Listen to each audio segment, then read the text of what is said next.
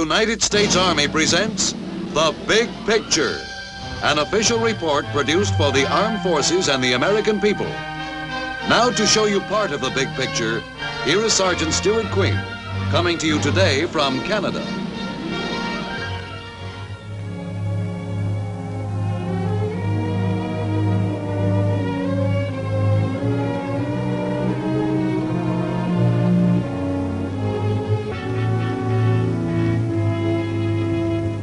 For more than 100 years, Canada and the United States have shared an undefended border. The Canadian Army and the American Army have long been partners in the defense of two free nations. In Europe and in Korea, Canadian and American soldiers have fought side by side, shoulder to shoulder, in keeping with a proud heritage. Today, the big picture salutes the Canadian Army and brings you a report on its distinguished past and its dynamic present.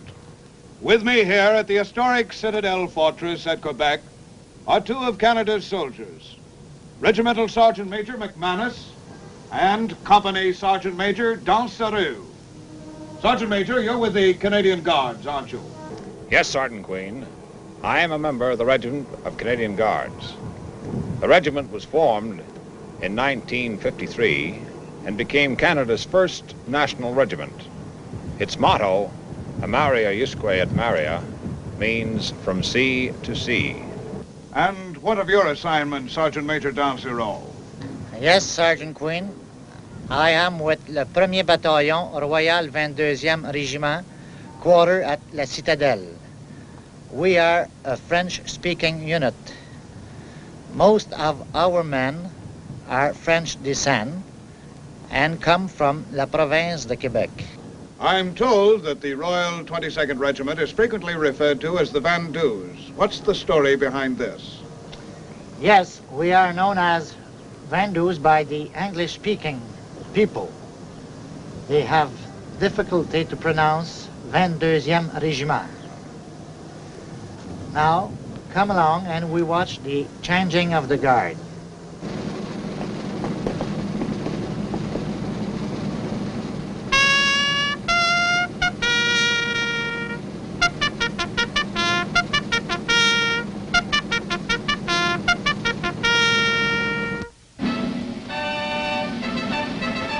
The traditions of Canada's regiments have been nurtured by the older British customs and provide added luster to the parade ground. One of the most famous summer sights in Quebec City is the daily inspection and changing of the guard at the Citadel by the Royal 22nd Regiment. These 19th century uniforms belie the modern professional soldiers who wear them. The regiment is led on parade by Baptiste the Goat, a gift from Queen Elizabeth. These ceremonials are an important part of a proud military heritage. They are very much a symbol of Canada's modern fighting force, highly trained to assume the military responsibilities of a growing nation. Although the Royal 22nd has carved a special reputation of its own in war and peace, and it is typical of many units in Canada's present-day army. At this colorful show in the Citadel, even Baptiste has his horns gilded for the officer of the guard.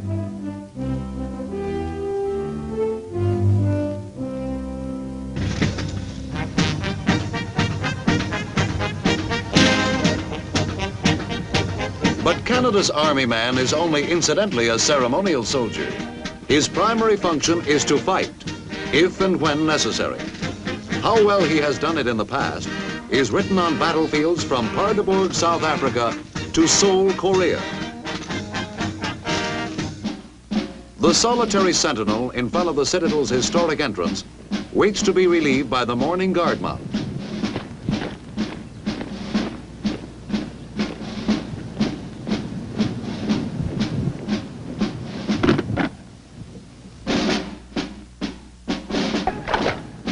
Here in the show window of the Army, the new sentry takes over his post, stiff and impassive, standing well over 6 feet tall in his great bearskin busby, embodying a tradition of duty as old as Canada.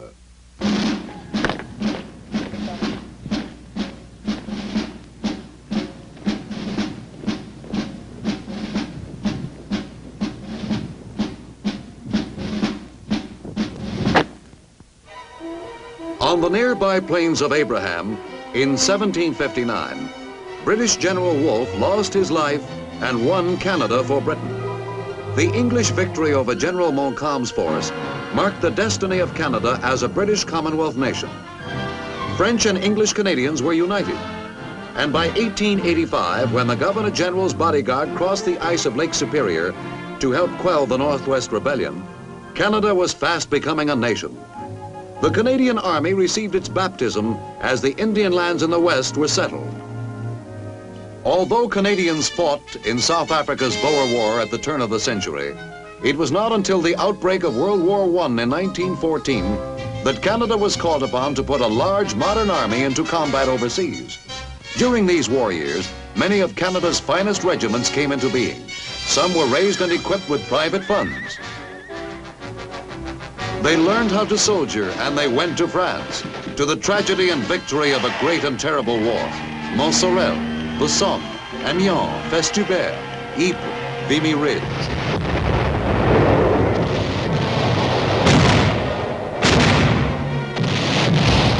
When the Germans launched a gas attack at Ypres in April 1915, the Canadian 1st Division took the brunt of it.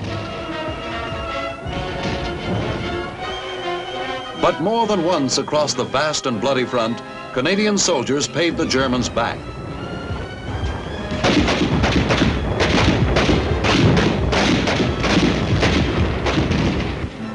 In 1918, the Canadian Army emerged from the mud of the French battlefields.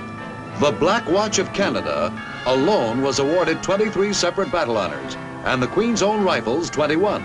The Germans had been beaten, and Canada shared the sweet taste of victory. 4 years of struggle in a crucible of fire. The Canadian Army left 60,000 men behind when it returned from France. Today, a simple monument in Ottawa pays silent tribute to their memory and to the spirit they personify. 68 Canadian soldiers were awarded the Commonwealth's highest decoration, the Victoria Cross, upon which is inscribed with simple eloquence, "For Valor."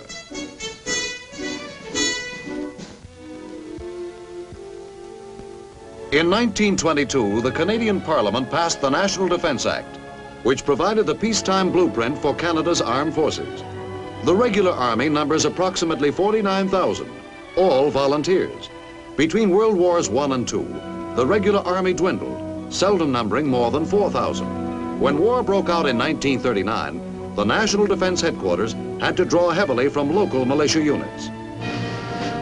Canada's first troops embarked for Europe in December 1939, and a continual flow of soldiers was channeled into the Allied war effort over the next 6 years. Most of these early troops, comprising the Canadian 1st Division, were volunteers from militia units. Not until August 1942 did the Canadians make their first combat assault on the German stronghold in Europe. The objective was a small port on the Channel coast, the French resort town of Dieppe. The Dieppe raid was to serve as the preliminary experience for the main invasion of France, still 2 years distant.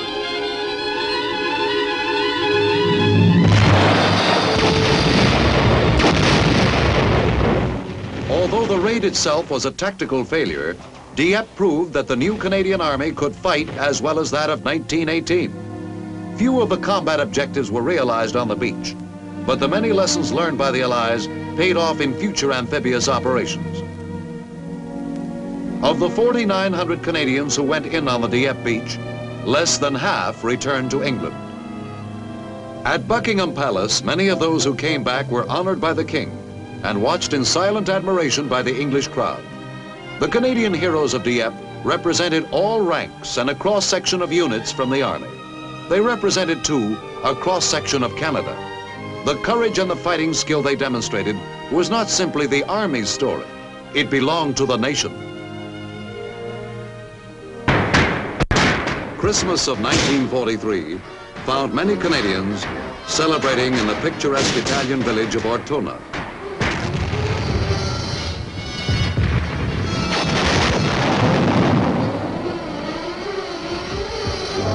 The Germans disliked giving up their quarters just before the holidays. But the Canadians could not wait. Through a cautiously ingenious technique called mouse-holing, the loyal Edmonton Regiment and men of the Seaforth Highlanders leveled the town one room at a time.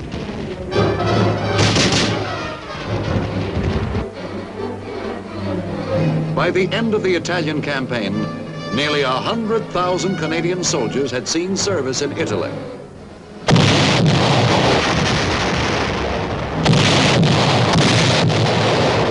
When Allied troops went ashore in Normandy, the Canadians carried their share of the assault.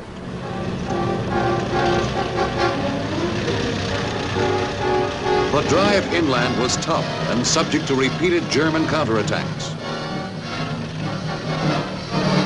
In a great pincer movement during August 1944, Canadians, British, and Americans effectively sealed off and cut down a formidable German force deployed in the Falaise area.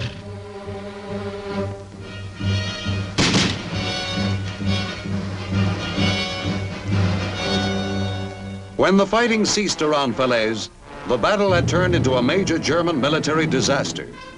The Canadians alone took more than 12,000 German prisoners. At least 8 enemy divisions were destroyed, and 16 more suffered disastrous losses. At the end of the war, General Eisenhower lauded Canadian troops for their valor and determination. Responding to the United Nations appeal for troops in 1950, many Canadian soldiers volunteered for duty among the barren Korean hills. Fighting side by side with American and other UN soldiers against the North Korean communists, the Canadians brought a matter-of-fact military professionalism to their work, which was a model for all. These men knew their jobs. They remembered the reputation their fathers had made at the Somme and Vimy Ridge. They remembered Dieppe and Ortona and the Falaise Pocket.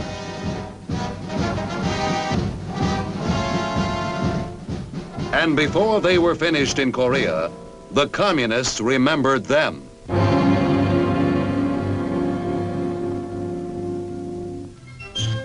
The 1st Commonwealth Division provided recreational facilities, such as they were. For the hard-fighting Canadians, the chance to relax over a glass of ale was always welcome. The Canadian Army has maintained a brigade group in West Germany since 1951 as part of Canada's NATO obligation. Headquarters is near Zost, handy to terrain well suited for the constant training activities carried on by the formation.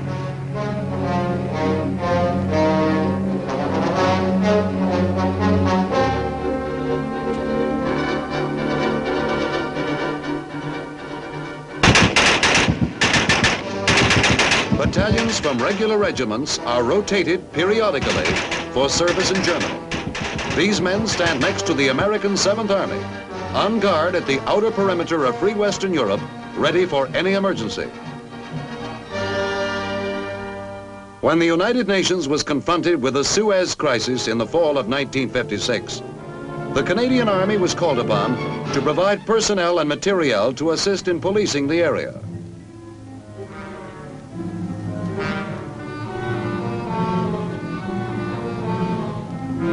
Serving under the UN flag, Canadian units helped bring about a successful prisoner exchange between Egyptian and Israeli forces. In the troubled Middle East, Canadian soldiers still represent the interests of peace. The fighting history of the Canadian Army is a proud one, and nowhere is it more revered than at the Royal Military College at Kingston, Ontario, where future officers are trained.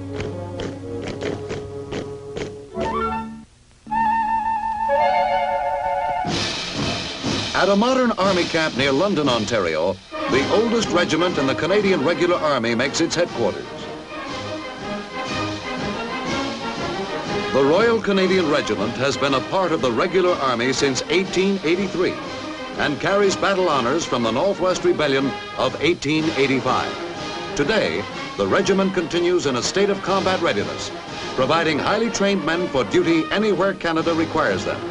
Already, members of the regiment have had experience as international policemen and as UN observers. The unit has also served with NATO forces in Germany. These fellows comprise a special group of soldiers called pioneers. similar to our Army engineers. The axe, the apron, and the beard reflect time-honored tradition when the men parade. Every Canadian soldier learns the basic tools and techniques of his profession early in his career. Famous for their precision on the parade ground, members of the Royal Canadian Regiment polish their drill under the guidance of experts. The Sergeant Major's pacing stick marks the step, and his experienced hand times the slow march.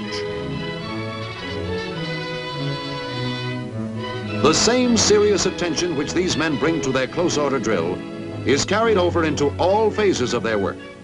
Most members of the RCR are qualified parachutists who maintain their proficiency with frequent jumps. There is only one member of the regiment whose combat effectiveness might leave something to be desired, but he makes every jump anyway.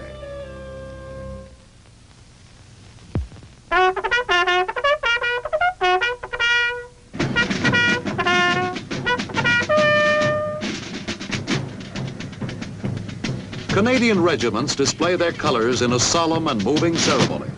At Edmonton, the 2nd Battalion of the famous Princess Patricia's Canadian Light Infantry troops the color. Sir, guards formed up as ordered, 431 of the ranks on parade. Guards reported present. Sir.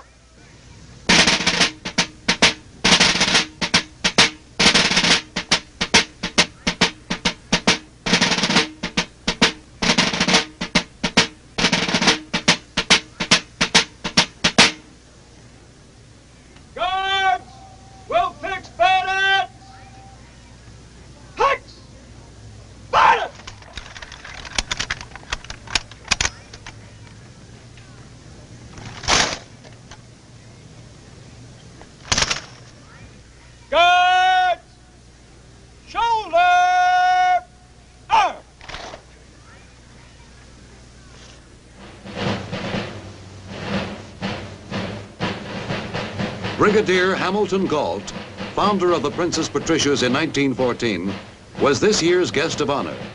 When Brigadier Galt first organized the regiment for World War I service, he spent a personal fortune training and equipping his men. General, salute. Present arms. The most junior officer in the unit receives the color from the regimental sergeant major. The ceremony is derived from the age-old battle practice of rallying around the flag. The color is displayed so that all might be able to know it well and recognize it on the battlefield. Escort! Fire the color! Present! Out! With slow reverence, the regimental color is paraded between the ranks of the Patricias.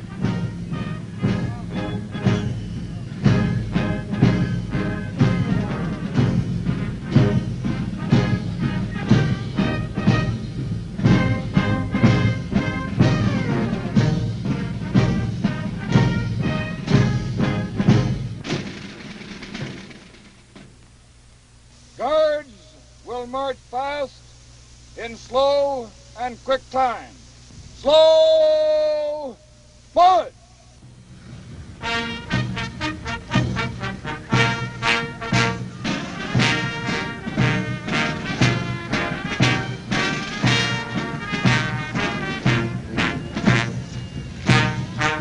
The Patricias wear their honors proudly. Among their most prized regimental decorations is a United States Presidential Unit Citation awarded to the 2nd Battalion for its gallant fight at Kapyong, Korea in 1951. Since the end of World War II, the Canadian Army has maintained a mobile striking force specially trained for continental Arctic defense. In early post-war operations, such as Sweetbriar, United States forces participated in joint maneuvers with these Canadian snow fighters. Such forces may someday be needed to protect our Arctic radar warning centers from enemy attack over the North Pole. Defense of this dew line is one of the many cooperative responsibilities of American and Canadian troops.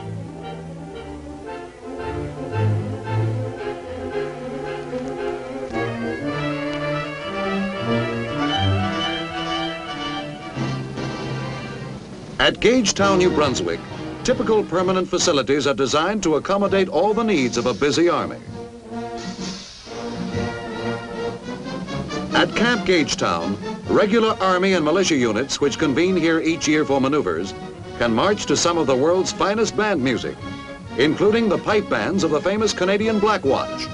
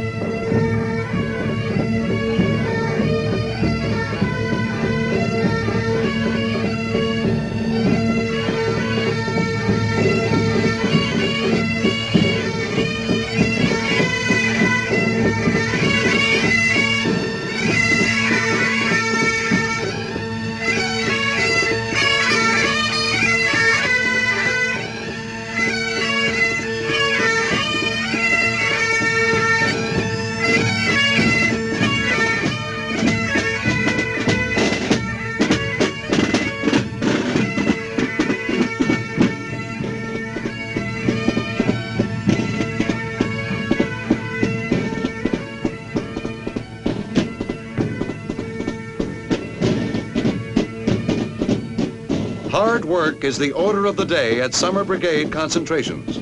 While the bands rehearse, the artillery is busy on a softening up operation to be coordinated with armor and infantry units. Men of the militia have an opportunity to train with duty-toughened regulars. Elevation 5, 7, 8.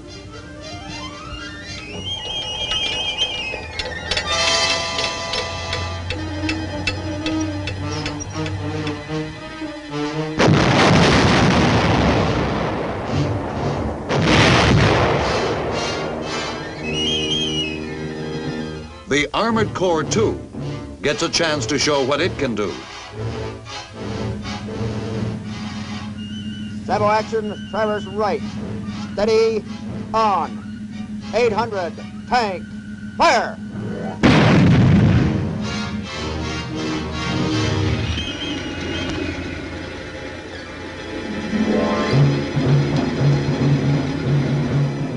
Crouching in the low grass, awaiting the signal to move up, men of the illustrious Black Watch Royal Highland Regiment keep their eyes on the objective.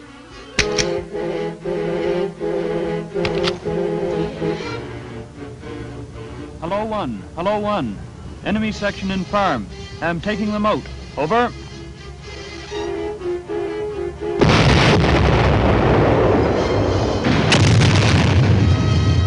Am taking them out. How many times in 2 world wars in Korea did that simple message spell the end for an unfortunate enemy?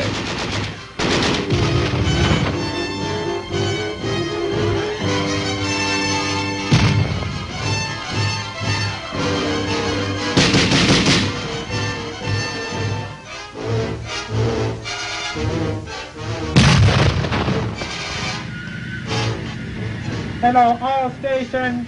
6-3, exercise ceasefire. I say again, exercise ceasefire. When President Eisenhower spoke before the Canadian Parliament on his recent visit, his words underscored the role of the Army in Canadian-American cooperation.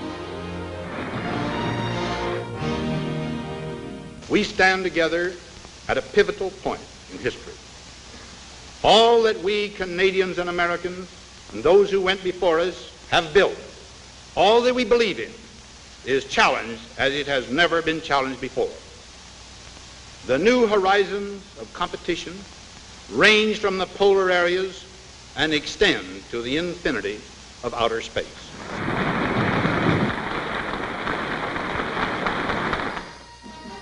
One of the most successful endeavors of English-speaking allies is the Tripartite Standardization Board, made up of high-ranking officers from Canada, Britain, and the United States.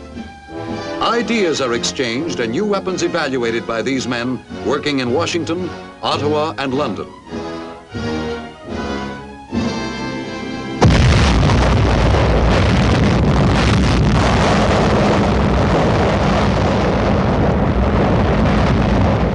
When American troops maneuvered with live nuclear weapons at Desert Rock Proving Ground recently, Canadian units participated. thereby gaining valuable experience on a simulated atomic battlefield.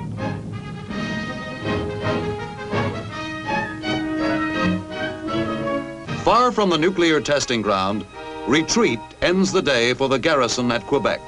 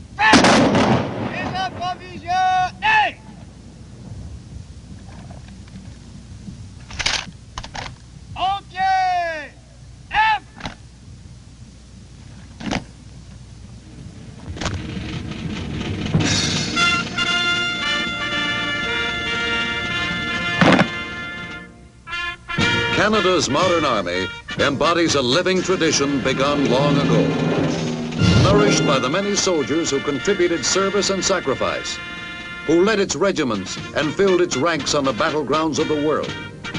To them and to the men who follow, to those who stand guard over their country today, Canada and the free world are indebted.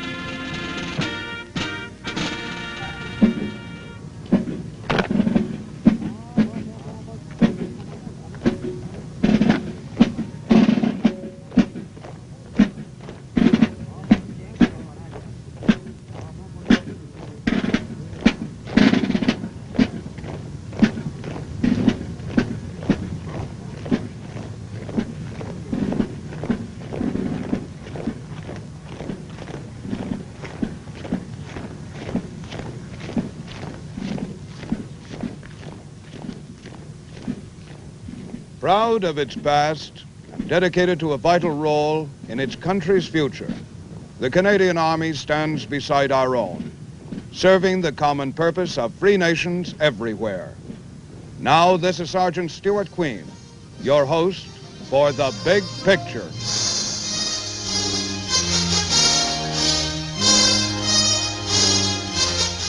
The Big Picture is an official report for the armed forces and the American people. Produced by the Army Pictorial Center. Presented by the Department of the Army in cooperation with this station.